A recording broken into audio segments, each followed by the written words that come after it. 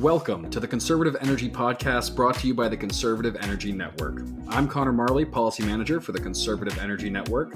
This podcast hosts discussions on groundbreaking clean energy innovations, discusses policies positioned to transform our energy landscape, and promotes a positive vision for our clean energy future. And I'm Bradley Bechet, National Director of the Land and Liberty Coalition. Thanks for joining us as we bridge the gap between policymakers and practitioners who are changing the energy landscape.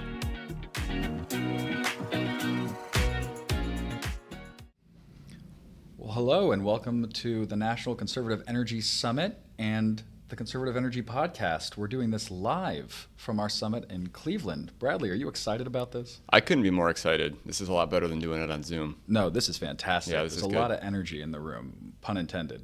Good one. Thank you.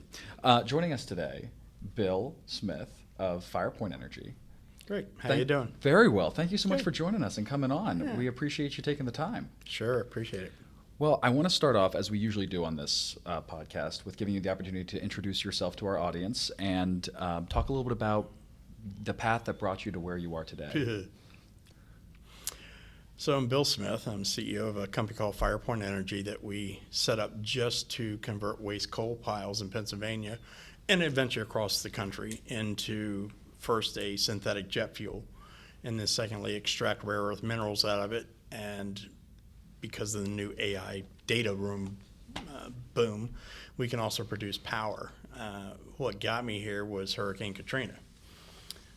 Back when Katrina hit, we knew we could grind houses and trees up and we can produce what's called syngas. And we could have put turbines in place and gotten the grid reestablished back in Louisiana or any state hit by a hurricane. So that was our first premise. The problem we had is we could not find a gasifier that we could transport to a site, set up, and go to work immediately. Sure. So I'd sent people around the world. We couldn't find anything. And finally, I was retired, and I decided to go out to California. And I set up a company out there. And he gave out 2 business cards in San Jose one night. And a couple weeks later, this guy calls me and goes, "Why do you have your card?" I'm like, "I don't know." "Why do you have your card?" I'm like, "I don't know. Who the hell are you?" He said, "My name's Christian Juvan. Google me." Well, Christian Juvan is the grandfather of plasma physics.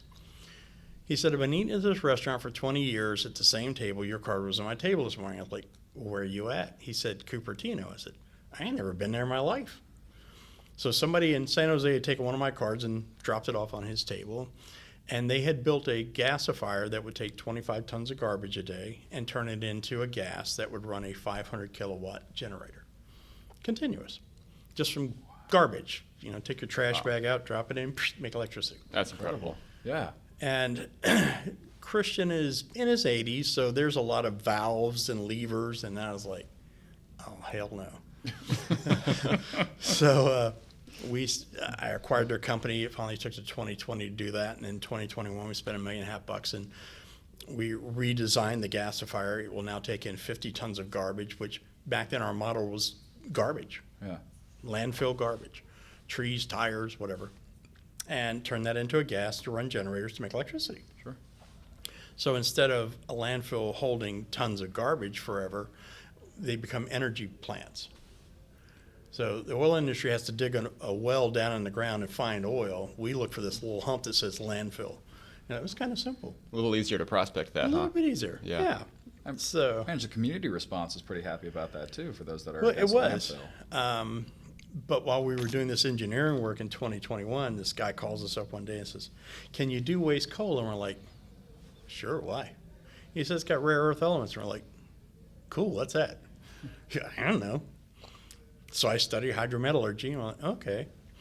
So I got bored in March of 2024, and I decided, well, I'm going to drive to Pennsylvania and go see what a waste coal pile looks like. Never seen one.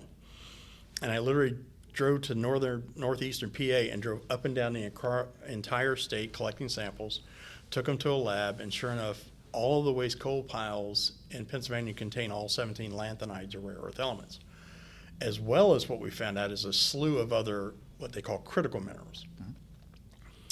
So in studying hydrometallurgy, if I went out to a waste coal pile today and I scooped up some of this stuff and I ran it through the acids and stuff, I would get about 23% of the minerals out.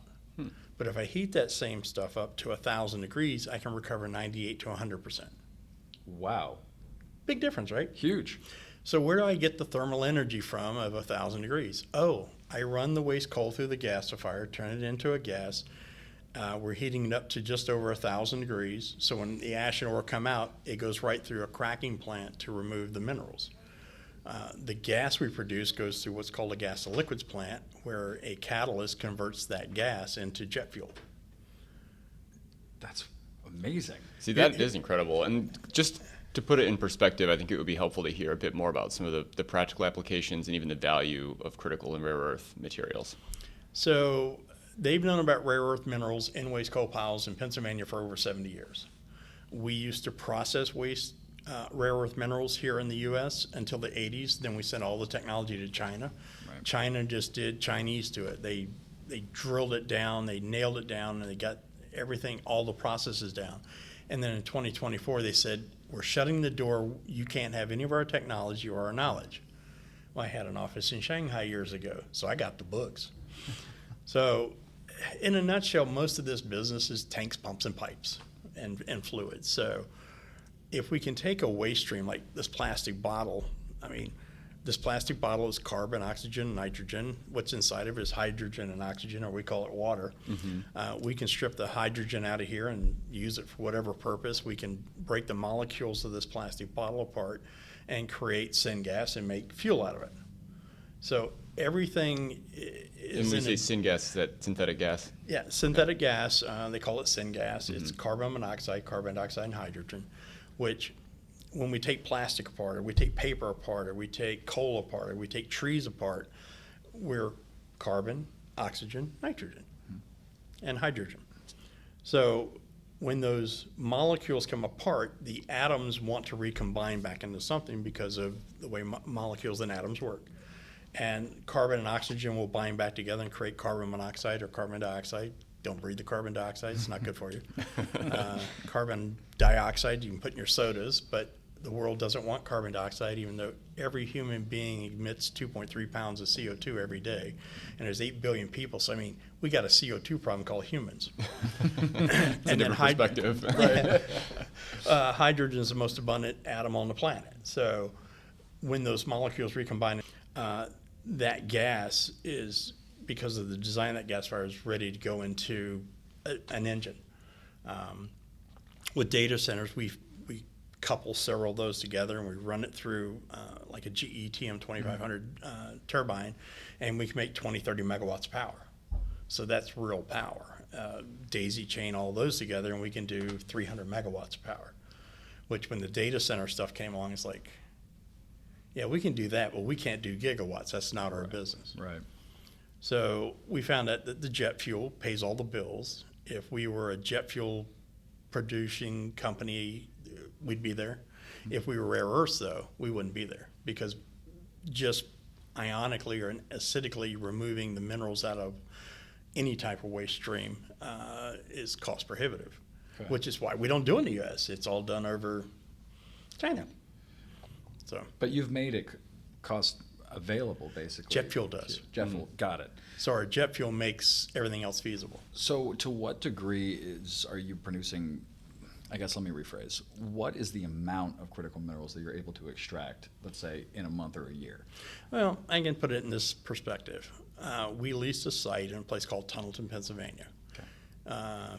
We're in Indiana County, Conemaugh Township, village of Tunnelton, address is in Salzburg. It So sounds like it's a regulatory headache. It's 4 miles past the sticks.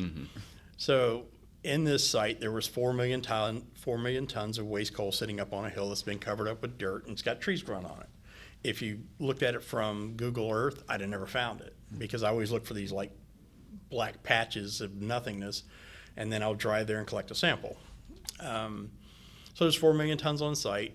That 4 million tons is producing what's called acid mine drainage every single day, which is this orangish looking liquid that comes out of the coal pile, goes into a pond, which magically enough never filled up. And I was like, what the hell? So I was talking to the guys at DEP that monitor it all, and he goes, oh, the DEP drilled a hole down into the coal mine, and all that stuff's running down the coal mine underground. It's like, oh, so people get to drink it. It's flavored water. So Add that carbon dioxide, you get yeah. a seltzer. Well, you're also getting a little bit of iron oxides and aluminum oxides, cadmiums, galliums, gadoliniums, and a whole slew of rare earth elements. Yeah, we don't like those. Yeah, you don't want to drink it. Yeah. You can swim in it, but I wouldn't do that either. Even the deer and stuff around it, don't drink that water. Yeah. So Superpowers really do only exist in comic books. yeah, not in Tunnelton. So in a nutshell, our goal is to find a waste stream, process it into something useful, whether it's fuel or electricity, and then when we're done, like at that site, we'll have nothing left but sand, because we'll pull all the minerals, and we're even looking at pulling all the carbon out as well, because carbon is a valuable added product, So that's what we're always looking at, is how can we pull the most out of something and leave nothing but clean behind. Mm-hmm. At a landfill, when we're done with a landfill, reducing landfill waste through the gas fire is a 90% reduction. Wow. So there's only 10%, mostly carbon, that's left over that goes back into a landfill. So if you figure landfill this tall, winds up this tall. So. That's incredible. And you are able to then resell some of the critical minerals that you're pulling out, and that is a now domestically manufactured. So up until now, we've kind of been quietly doing what we're doing back in the backwoods. This site was abandoned for 20-some years. We spent like $1.5 million so far rebuilding the roads and clearing out the trees and getting rid of the jungle and just getting the place back in shape. We're actually getting ready to open up a lithium extraction plant where we'll take natural gas brine water and pull lithium out of it, because they said 40% of the nation's lithium is in this natural gas water in the state of Pennsylvania. So again, we're still harvesting that out. When we're done, we have clean water, goes in the river. So this process for the waste energy, we'll start building the equipment first of next year. We can build it, deploy it, and have it set up and running within a year. Wow. So Bill, in these areas, I have two questions. I mean, if you're able to explain it the way you did just now, there's going to be a ton of positive reception from the community around. Do you feel that the people in those communities that you're looking to establish these extraction chambers and other manufacturing systems for this, are you seeing good positive reception from them initially, or do you have to do a lot of on the ground early day engagement? First thing they all ask us is, when are you hiring? Because these were all coal companies that have been closed for 20, 30, 40, 50, 60 years, and there's no jobs in a lot of these areas. Right. So yeah, we'll be employing at every site we build. Do you feel like they understand the science of what you're talking about here? Do you feel like when we explain it to them, they do? Yeah. Okay. Most of what I get is, you can do that? That's how I felt about 10 minutes ago. Yeah. Well, let me take you back story. Is 1920s Germany, two guys invented a process to convert lignite coal into a gas called syngas, to convert into 97% of all the fuel that Germany consumed. They didn't have petroleum. So they were turning coal into fuel. Today, and that was from 1920s and 1940s until we took the technology. Today, Sasol in Africa produces fuel from coal. So it's still done. It's just we stayed a petroleum nation. And breaking that petroleum leash is going to take time. Right. Bill, question. 5 minutes. I had a question for you. So you mentioned folks in these communities naturally are really interested in jobs. What other economic benefits, whether they be direct or diffuse, do these types of projects bring to a town like Tunnelton? So we build a project locally, so the fuel will go locally to a local airport. Minerals will process NPA and sell to DOD, DOE, whatever. We'll hire locally and train people locally to work on all of our plants. The biggest thing is we're going to clean up the environment left behind. That they're going to have drinking water that's clean at no cost to them. At no cost to them. Wow. And at the same time, again, we'll extract $2.4 billion of net worth of fuels and minerals out of that small 4 million ton pile. So there's a lot of value there. That brings revenue and taxes to the local areas, and we support local communities. We're already doing that now, and we haven't even built a plant. So what local concerns do you have, and how are you addressing them? You run into everything, I think since like February, we've been in the papers and talking about the processes and, meeting with legislators, township officials and things like that to educate people. So what states are you in right now, and do you have any plans to expand to others? So we're in PA right now because there's 9,700 waste coal piles. Okay. All right. So it's a no-brainer. But we're actually looking to move down into West Virginia, Kentucky, Tennessee, all the way eventually down in Texas and somewhere out west to Some of the old coal country. Oh, if you look on a map of the coal seams, where there's a coal seam, there's a waste coal pile. Mm-hmm. Yep. We need several million tons to build a plant at, and then when that has been processed, we can truck in all the smaller piles and still produce for another 10, 15 years. Wow. Out of curiosity, what happens after the 10, 15 years? Is there deconstruction plans, or is the site able to be used for other things? You can use it for other things. They can build houses there. Our equipment is modular, so we can disassemble it and move it somewhere else. Yeah. Yeah. Well, if I could ask, whether it be policy experts or even folks that just happen to tune into the podcast and live in an area where you might be building one of these centers, what would you want them to know as a parting thought? We're here to do good. We're here to clean up a mess that we did not create. They're legacy piles. They've been here for, in some cases, maybe 100 or more years. And we're hoping that we can get along with the communities. We're hoping that they'll understand what we're doing. And at the end of the day, we should be able to better communities, with jobs again and taxes and everything else. So we're not here to do harm. I'll give you one example. We had Senator Pittman, Representative Struzzi, and a bunch of town officials from Indiana County in the office one day. And finally, at the end of it, somebody asked one question. He said, well, what if you don't do anything? So I opened up our back door.